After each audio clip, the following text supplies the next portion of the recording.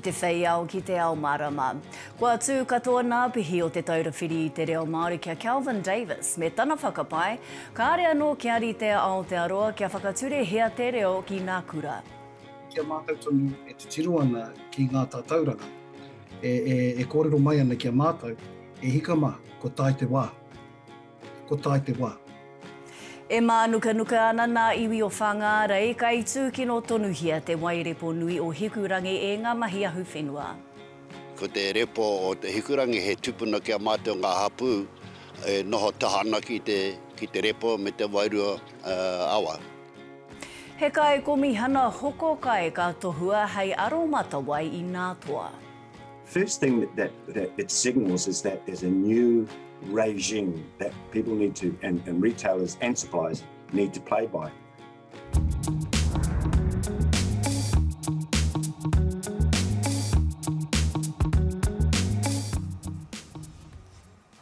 E te ti e te tā, rarau mai ki Te Ao Mārama. Aha kua nā rangahau e hou e mea ana, kua rite a Aotearoa ki te ki te reo Māori i ngā kura, e whakahe rawati ana taua tūtohina e minita Kelvin Davis. Me tana whakapono, kāre anō kia rite tēnei whenua ki taua whāinga. Engari, te whakae atu a Te Tau Whiri, anei tā mātou karere take tō rangapu a whasitiri te wake. Hore kaua ngā hiwi apa nui mo te whakae ki ngā kōrero a minita Kelvin Davis, kia kaua e whakaturehia te reo Māori ki ngā kura tuatahi. Kia mātou tonu e te tiro ana ki ngā tātauranga, e kōrero mai ana kia mātou, e hikama ko tai te wā, ko tai te wā. Me te aha he nui noa atu ngā taunakitanga i tua atu o tatauranga Aotearoa e whakātua nei te hiakai o Aotearoa ki te reo Māori. I tērā tau i ki mai tā mātou rangahau i te taha o Kaumā Brunton, waru te kau mā toru ora o Aotearoa katoa, e tautoko ana i te reo Māori hei wahanga matua o tō tātou tuikiritanga. Hei tā te kaiarahi takirua o te pāti Māori e mirimiri noi hoana te minita i a tūmata whānui i mua atu i ngā kōwhiringa pōti. It's bowing to public pressure, and the public pressure isn't, it's tangata whenua, and that's a real shame. Nō tēnei wiki tonu whakaputāe a tatauranga Aotearoa i tā rātou ripoata oranga. He toko toru i te toko rima tāngata e tautoko ana kia noho mai ko te reo Māori hei kaupapa ko i ngā kura tuatahi, hei tā ngā rewa peka, me koke. Aotearoa is not only just really again for mātauranga Māori in our education, our core, it should be across everything. And if not now, then when? Kua huri te tai ki te reo Māori e pari ana i tēnei wānei neha. Tērā taku mātakitaki i te kingi raiona reo Māori, me te nui me te pai anō hoki o taku ki te ngā tui tērā. Kua huri te tai ki ngā kaupapa Māori pēnei i a matariki. Hore kau te minita Kelvin Davis mo te wātea ki te kōrero a kāmera i te rānei engari e ai ki te tahi pānui pāpāho. Hore kau ia e hihia ana ki te whakakotiti i ngā mahi whakarauora reo Māori nā ngā kupu whakawhiu kā tūpono rere. Me te aha ko te whainga matua, kia matomato te tupu o ngā pukenga reo Māori i ngā kaiako o te motu. It's disgusting that he is making that an excuse for not having any progressive strategy, and that's a real problem. It's about integrating or normalising te reo Māori in the classroom. Aha kua te aha ko te whainga te kāwanatanga kia kotahi miliona kai kōrero i mua atu i te tau 2040. Tēnā koutou, kia ora mai no tātou. Whatitiri te wake, Te Ao Mārama. Tērā te mānukanuka o ngā iwi kai te takiwa o Whangārei, kai tūkino tonuhia te wairepo nui o Hikurangi e ngā mahi ahuwhenua. I tērā marama i whakaitia e ngā kai kaunihero o Whangārei, kia whakatūria e ngā kai ahuwhenua he tarahiti hei whakahaere i te rautaki whakamimiti i te wairepo o Hikurangi, 5,000 heketea te rahi, 5 miliona tāra te wāriu. Engari kāre nā iwi i te whakae. Kai atu mamau harawira te roa nāke. Ko au te wairepo, ko te wairepo, ko au. Ko te repo o te Hikurangi he tupuna kia mātou ngā hapu, e noho tahana ki te repo me te wairua awa.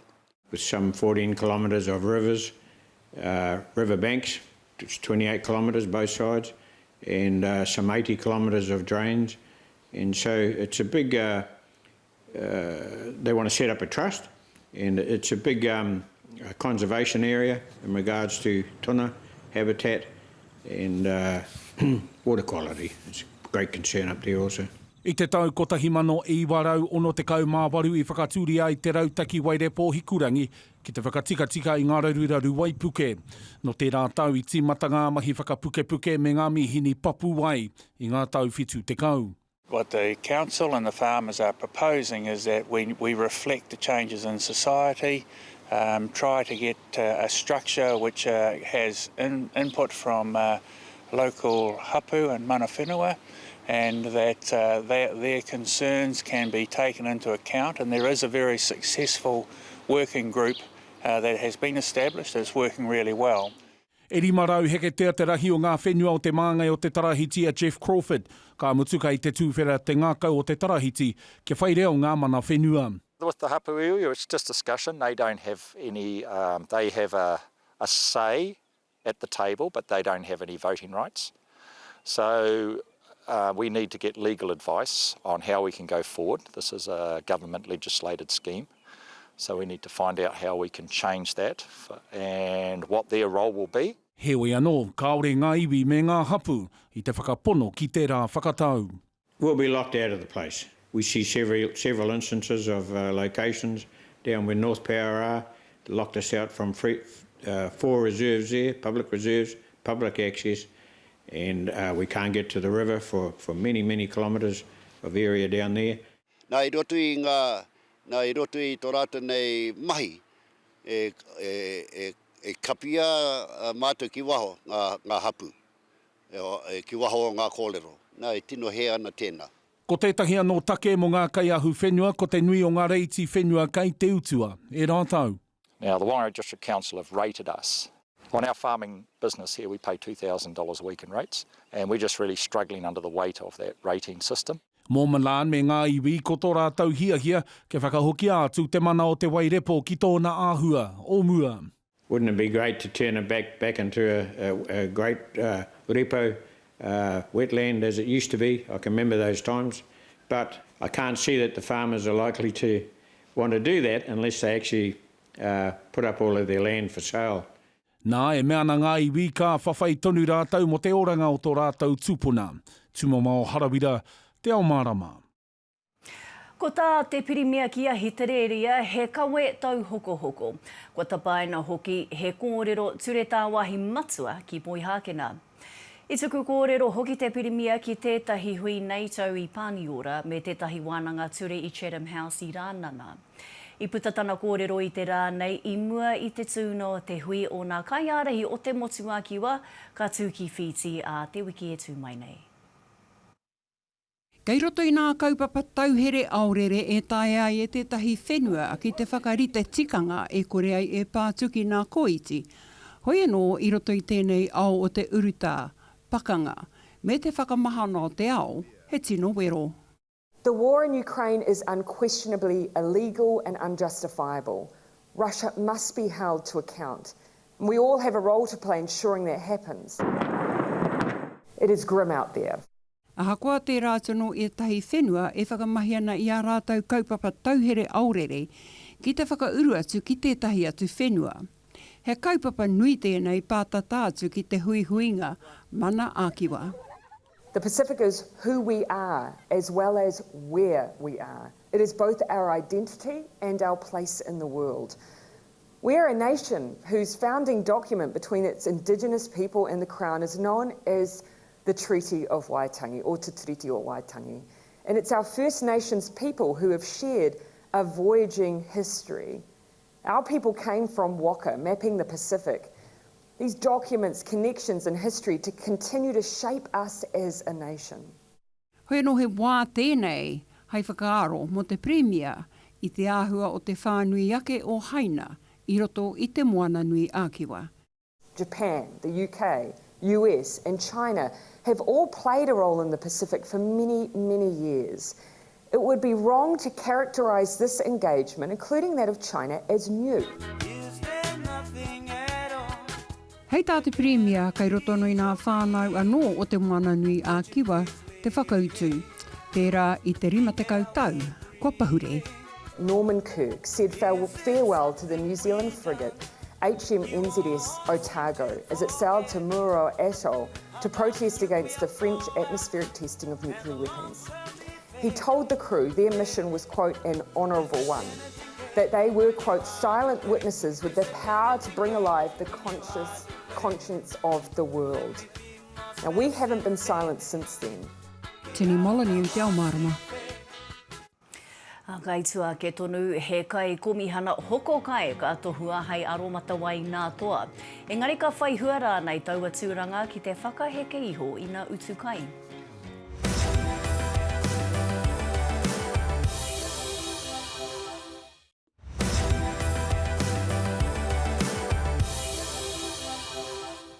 Hoki mai anō. E kaikomihana hoko kai kua tohua e te kāwanatanga hei aromatawai nā whare hoko kai o te motu whanui. Kua kino nei te kake o nā utukai i Aotearoa. Koe nei hoki tetahi o nā take matua e whakaarohia ana e te hapori whanui. Engari ka whaihua nui rā nei te kaikomihana hoko kai. I kōrero mātau ki tētahi kai mātai oha kia Brent Reihana mō tēnei take i te rānei. I think that we need a grocery commissioner, especially given what we've seen in the past couple of years where we've got, just over the top profits. And I think it's time, it's high time. The first thing that it signals is that there's a new regime that people need to, and retailers and suppliers need to play by. And so having an understanding of what the code of conduct talks about, it's really regulating the relationship between the retailer and the supplier so that the supplier is not restricted. And I think if suppliers are unrestricted, then what they are doing in producing their goods is a lot more relaxed. And when we see that relaxation, we see a price relaxation parallel along. And so that's where we would see that benefit to the consumer. I whai wā hi atu te minita whakawhana ke Māori a Willie Jackson ki te kapa minita o Aotearoa, e ara hina ana e te piremia kia hitareria ki te hui kai arahi i tū ki poihākena i tēnei rā. Ka whai tēnei hui i tētahi haerenga tau hoko ki poipiripi me poihākena i tēnei wiki, koni atu i te toru te kau nā pakihi oko nei tai atu. Kua hitareria te tuarua o ngā tinohua mahi tau hoko i te ao, e rua te kaumārua piriona tāra te wāriu i te tau mutu atu i te hakihea kua hori. O ngā pakihi take, tētahi o ngā kaupapa ka whakatakotohia ki taua hui, tāpiri ko te hauora, ngā whakahaere o ngā pakihi.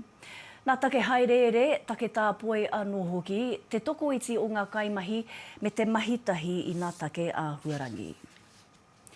Hei a pōpō whakahokia mai ki Aotearoa te kohinga nui rawa o ngā kōiwi tūpuna i kohia i te wā o ngā tāmitanga.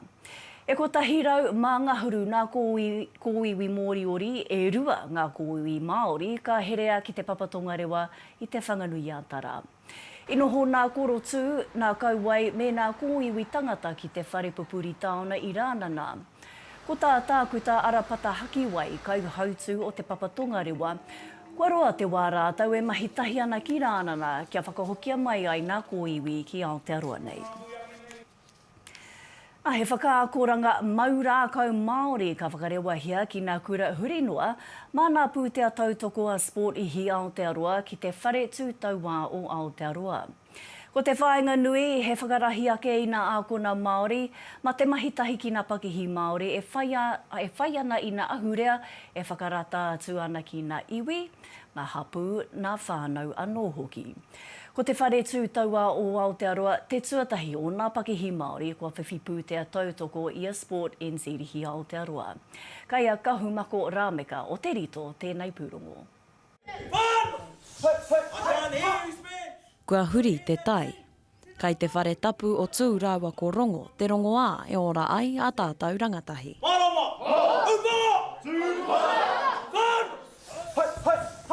Te whakatau ki e kia nei, tamariki wāwāhi taha aratakina. Ki te mātāpuna te ora, te mātāpuna te mōhio, ki te mātāpuna te maungaorongo. Ngari mehe taonga nui ki au, ko te mōhio ko wai koe nōhea koe.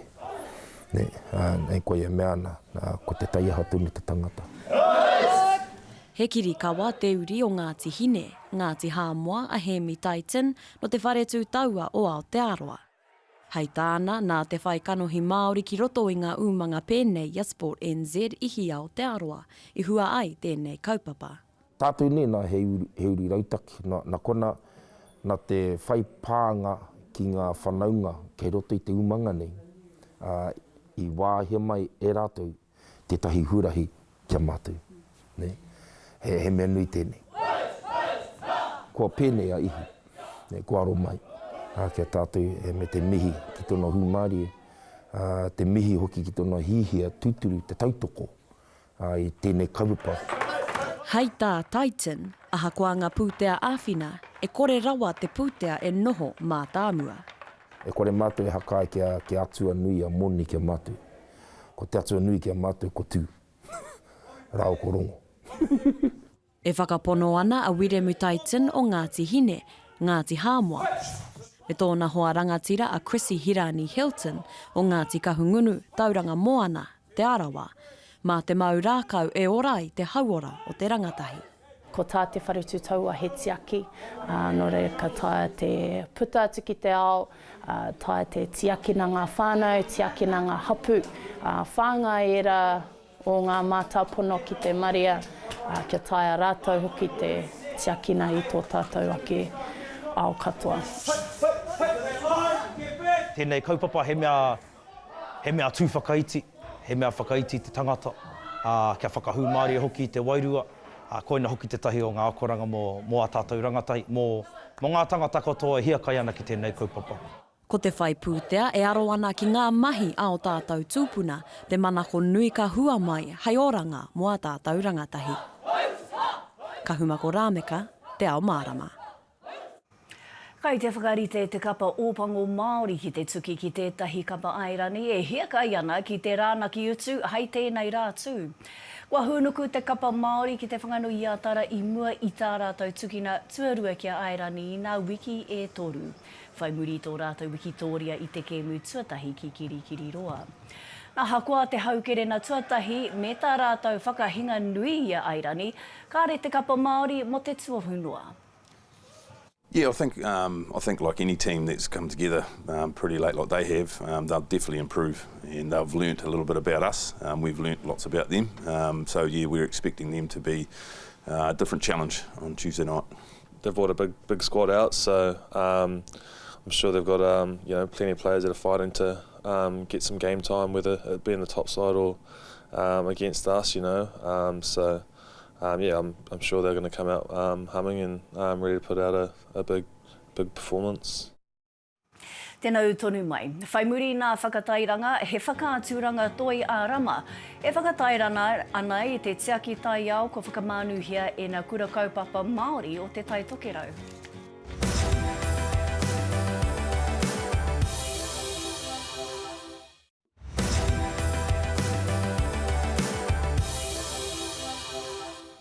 Hoki mai anō.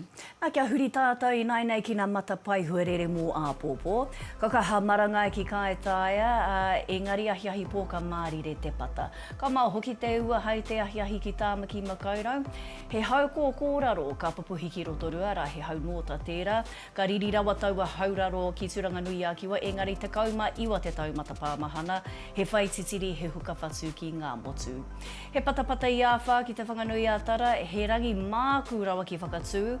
O tautahi ka mahea ke te ua hei te ahiahi pō, tāhuna, ka heke te hukurere ki ngā pae mauna i te ata, ka marangai i te ahiahi. Te kau noiho te taumata pāmahana ki waihopai.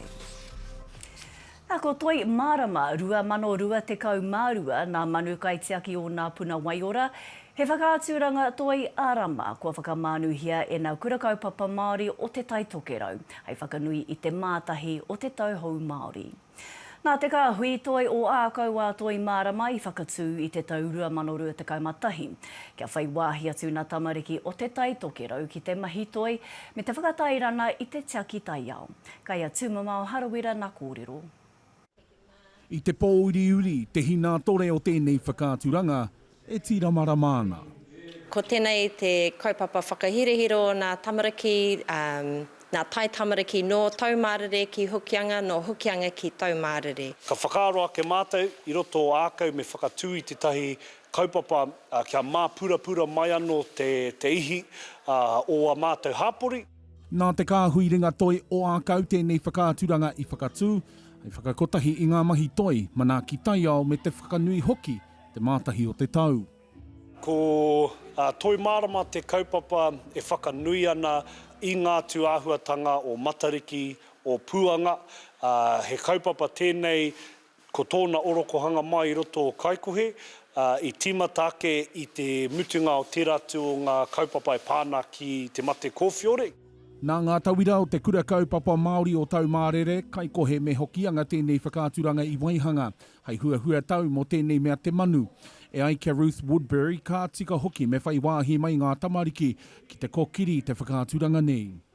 Our animation this year, the content of what we get to see in the moving image was all caught and captured and directed by our tai tamariki of the three kura kaupapa here. Ko ngā pau e kitehi ana, e tū rama mai ana, ko rātou I waihanga tia e ngā kura o roto o te takiwā nei, mai hokianga ki Tau Mārere. Engari anō hoki ko rātou ngā parirau o te manu atata e tū ana ki muri ake I a tātou. Hei tā tūkaha aha koa he kaupapa whakahari tangata tēnei, me mārama no hoki tātou ki te whāinga o tēnei kaupapa. Arā ko te noho tahi me te whai whakaro atu ki tēnei mea te Tai Ao. I tēnei wā e mōhio ana tātou kei roto I ngā ahuatanga o matariki o puanga, whakanuitia, manawa nuitia a matariki me o na whainga maha, hei oranga mō tātou katoa. Hei te pō nei tua no ai te tuarua o ngā whakaaturanga ki roto o kaikohe. Tumamao harawira, Te Ao Mārama. Akāti, e koena nā kaupapa kai taku ke te I tēnei pō, mo te whānuitanga o a mātou kaupapa, tēnā toro atu ki te taupānga a Te Ao Māori, tirohia hoki tā mātou whārangi Hikurangi. Naka waiho mā te kapahaka o te piki kōtuku o ngā tirongo mai, te hōtaka e whakakōpani ake I tēnei pō, e te ti e te tā, noho atu koutou I roto I te rangi Māori e.